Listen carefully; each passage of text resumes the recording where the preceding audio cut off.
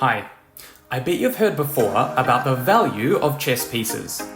Pawns are worth 1 point, knights and bishops are worth 3 points, rooks are worth 5, and so on.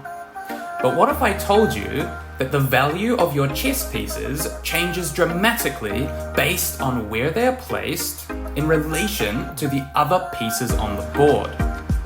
Today, I'm going to teach you some secret techniques that will help you boost the value of your own chess pieces while ensuring that your opponent's pieces are nothing to write home about. If all of your pieces are more valuable than your opponent's, then you have the stronger army and you are more likely to win the game. Let's begin with a very important chess concept regarding the bishops. In chess, there are two types of bishops.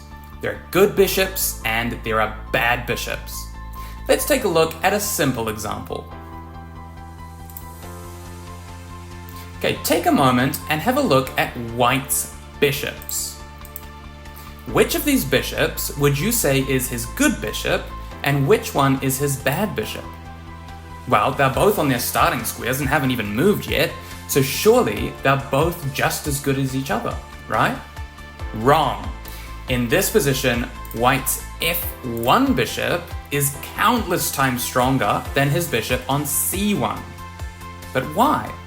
Well, there are two main reasons.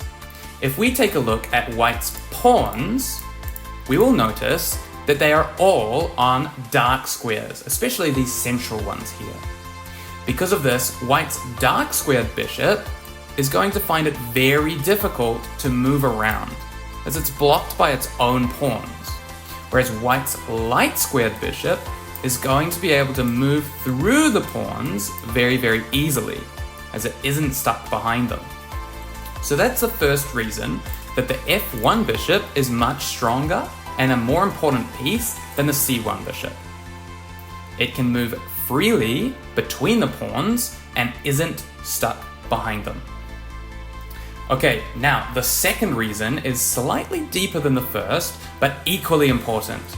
It again has to do with the positioning of White's pawns. As you know, pawns attack on the diagonal, just like bishops. So, with the majority of White's pawns being on dark squares, the pawns are doing a great job of defending and controlling the dark squares in this position. On the contrary, you will notice that nothing is defending the light squares. An enemy piece could easily slip through our defenses and enter our position. It's like leaving the front door open and wondering why a raccoon is in your kitchen. This is where the light squared bishop comes in.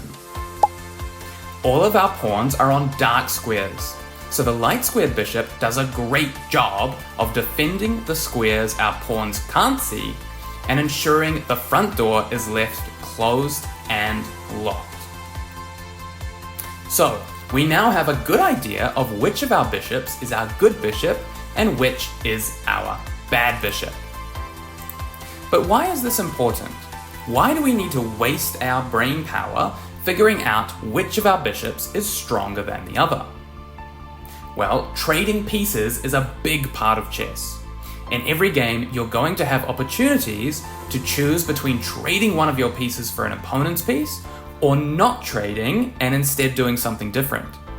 So, by knowing the value of each piece on the board, you can easily decide if you should trade certain pieces with others.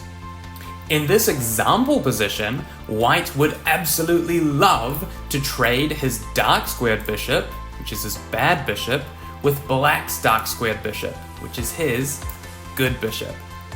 And once all that is said and done, White is left with great control over both light and dark squares, whilst Black's position is beginning to look like Swiss cheese. His position is riddled with holes on the dark squares. Okay, for people who really want to improve at chess, it's time to exercise your brain and follow along as we test your new knowledge. Remember, it's important that you're not just watching mindlessly, but instead pausing the video and really taking a few minutes to think about the answers of each question I ask you. Most people will just skim over this section of the video, but the reality is, this is the part where you can improve the most. So set yourself aside from the other players in your rating bracket and give these questions your best shot. Okay, here's a position from a real game. The first thing I want you to do is pause the video and have a think about which bishop is the good bishop and which is the bad bishop for both black and for white. Pause the video now and have a think. Okay, hopefully you had time to think about it. Say your answer out loud and lock it in. Okay, let's start with white's bishops. Before watching this video, I would expect most people to take a look at white's position and say, well, obviously, the bishop that has been developed to f4 is his good one, and the bishop still on its starting square is the bad one. But this would be an incorrect assessment. Sure, right now, the bishop on f4 is doing more than the bishop on f1, and it's not necessarily a bad bishop because it is developed and it is outside the pawn chain. But one look at white's pawn structure will tell you that the bishop on f4 is being slightly blocked by its own pawns. But more importantly, it's only defending squares that are already being defended by pawns. Let's say that white's true good bishop suddenly disappeared. Now, you can easily see that without a light squared bishop, white's light squares are considerably weaker and more vulnerable to attack and infiltration. So if you manage to notice that white's pawns are on dark squares and said his light squared bishop is good bishop, well done, you are correct. The same line of thinking can be used for black's bishops. His pawns are on light squares, so his light squared bishop is his bad one, and his dark squared bishop is his good one. Okay, let's move on to the second part. Now in this position, our opponent plays b6.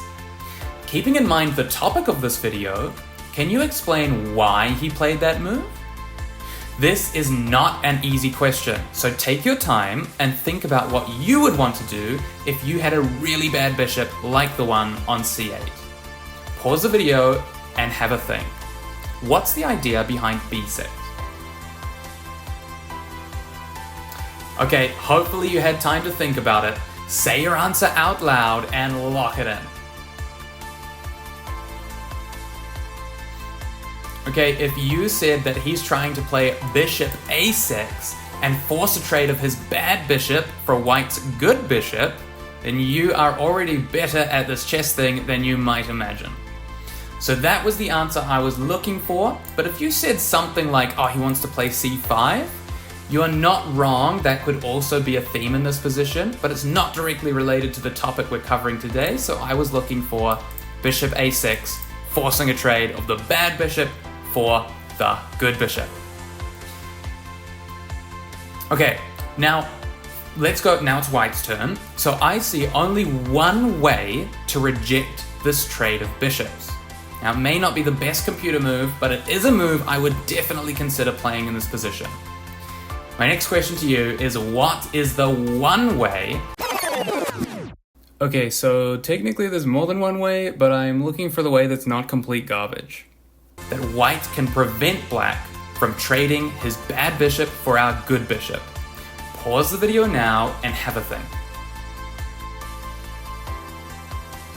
Okay, hopefully you had time to think. Say your answer out loud, lock it in. If you found knight to e2, temporarily blocking in your bishop, but preventing the trade, I think it's time to drop out of school, quit your job, and start pursuing a career in chess. Very, very, very well spotted. So example, he comes here, we've blocked the attack on our bishop, so we can easily move our queen, and no problems. Now the examples in this position were quite difficult, but I think it's still very instructive and gives you a good idea of what you can do to try and force a trade of your bad piece for an opponent's good piece. In this video, we covered the difference between a good bishop and a bad bishop. When you're playing your games, try to think about this and trade your bad bishop for your opponent's good bishop while avoiding the opposite. Now, if you do have any questions or comments about anything, drop them down below and I'll help to fill in any gaps in knowledge you may have. So, until next time, keep playing, keep learning, and I'll see you in the next one. Bye-bye.